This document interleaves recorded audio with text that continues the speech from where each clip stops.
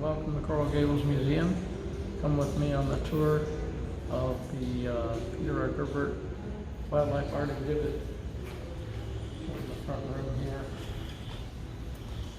It's very cool that they did a full-size wall graphic. I'm proud of the way that looks. We're on the video monitor right here with the film that Andrew Stoltzfus and Nick Stoltzfus made. Makes a very nice presentation. Follow me into the first gallery.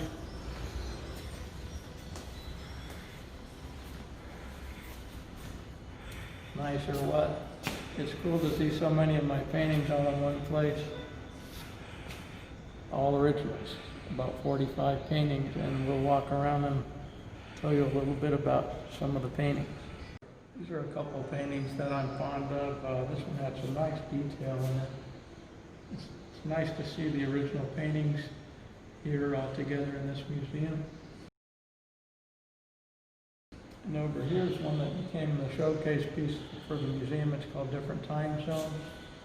It was a very difficult painting to get that look of motion in the background and the transition of extreme realism to blur. It was a difficult painting. That one is on the banner outside of the museum.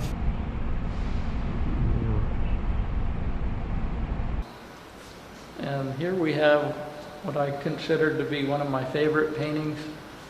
I sold the original and I only did 10 prints of it and they all sold. I was sorry I didn't do more prints than that. I like the title of this one. It's called The Night the Barn Owls Contemplated the Universe. Sometimes I like to depict animal and bird thought. And this painting is nicely featured here. It's called The Wildest Places, Plate 1.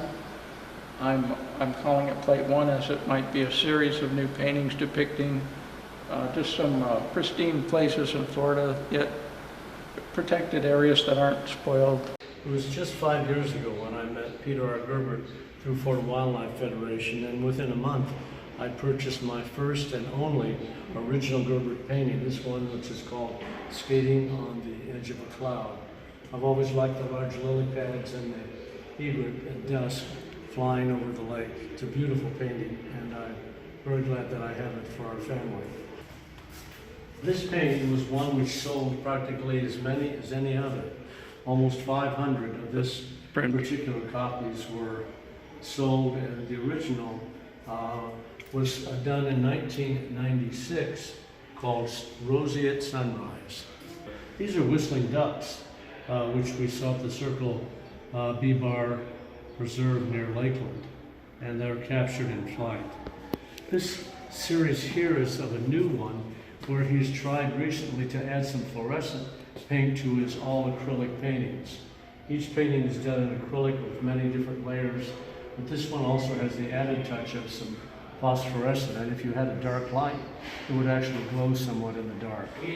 This top one is called The Day the Osprey Painted the Lake, and indeed from the colors it appeared that he did. Down below that we have River Junction. And so I welcome you to the rest of the exhibit. Hope you'll come along and enjoy it with us. Thank you.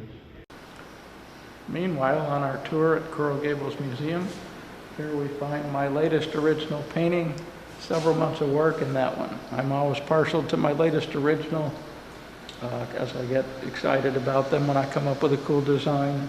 This painting was probably already done and I kept working on it for weeks. We went into lockdown with the COVID-19 pandemic, and it was a way to stay at home and take my mind off things. So I kept working and reworking some of these fine details.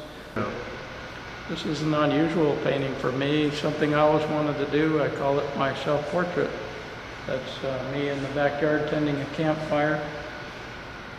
And one may or may not notice there's a Florida panther in it. I like the way this cutout effect came out. The black I purchased from England. It's called Black 2.0. It's supposed to be the mattest, blackest paint ever invented. And when you get back from it, the black really disappears. I love that effect. A lot of the board members have told me it's their favorite one. I never did prints of it just because it was unusual in its tranquility. It's called Skating Across the River of Time. This one over here is called One Took to the Sky, One Took to the Water. Actually made a movie while I was doing this painting, from the start out in the field to the design work to the actual painting. It plays on my website if you care to see it. It's called The Creative Process. These are a couple paintings that I did for Bits and Pieces Incorporated, the puzzle company. These were printed and manufactured as 1,000 to 1,500 piece puzzles. They're a little busy, but they work for the purpose of being a puzzle.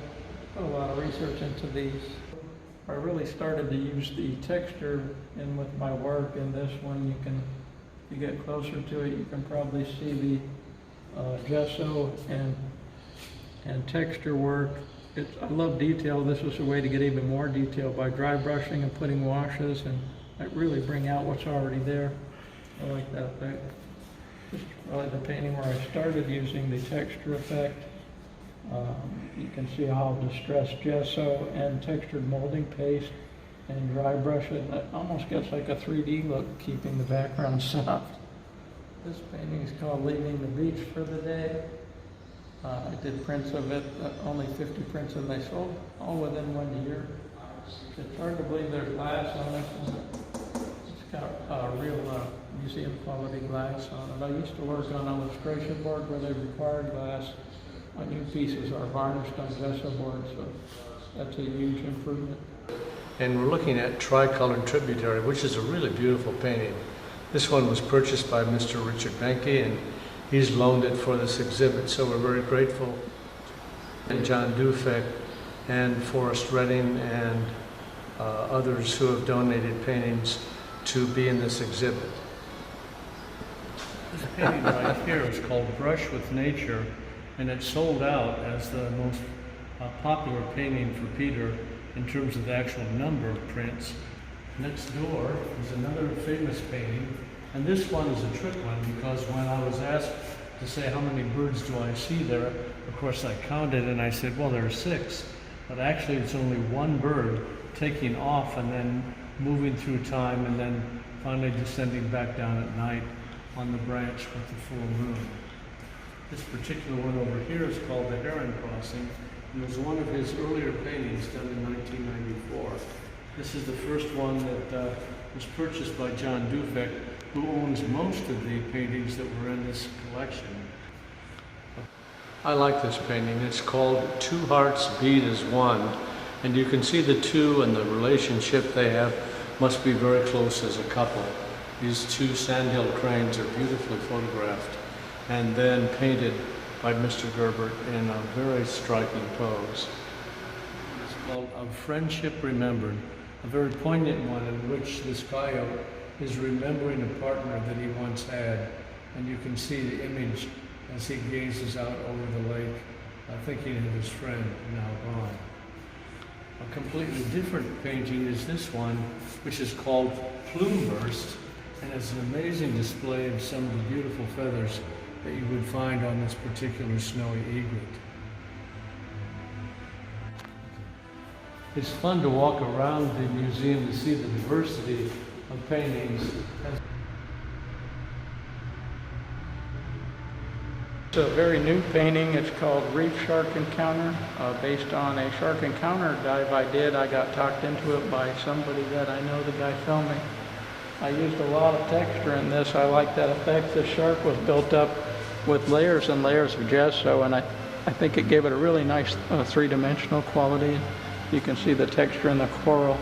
I can dry brush that and put washes over it and really bring out what's already there. It creates a lot of nice realistic detail.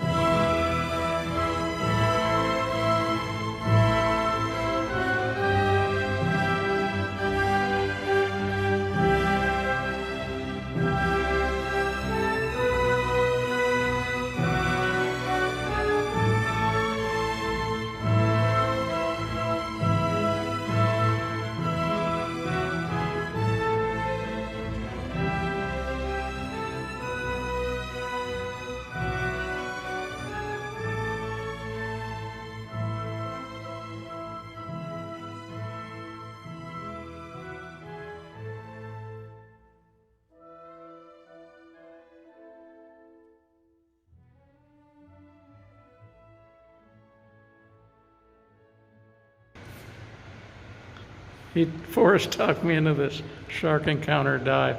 Let it be noted, I still have all 10 fingers. And in fact, we are still alive and would like to do another one someday. What? That's me.